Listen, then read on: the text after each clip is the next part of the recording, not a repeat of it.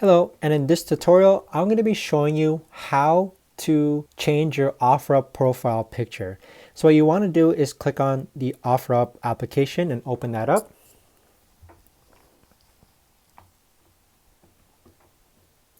Now once that's loaded, you want to click on the upper right hand corner where your profile picture image should be.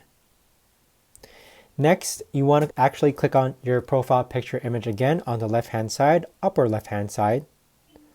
Now this is actually how you change your profile picture on Offerup. So you can either take another photo live, so if you want to take a photo of yourself on demand, or you can simply click on select photo, and by selecting a photo, it's going to go connect with your iPhone or phone's library, and then you can select a photo from there.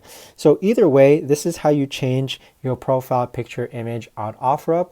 If you found this video helpful, please leave a like and subscribe, and comment down any questions or concerns that you have when running into this issue. Again, this tutorial is how to change your profile picture image on Offerup. I hope that you found this helpful.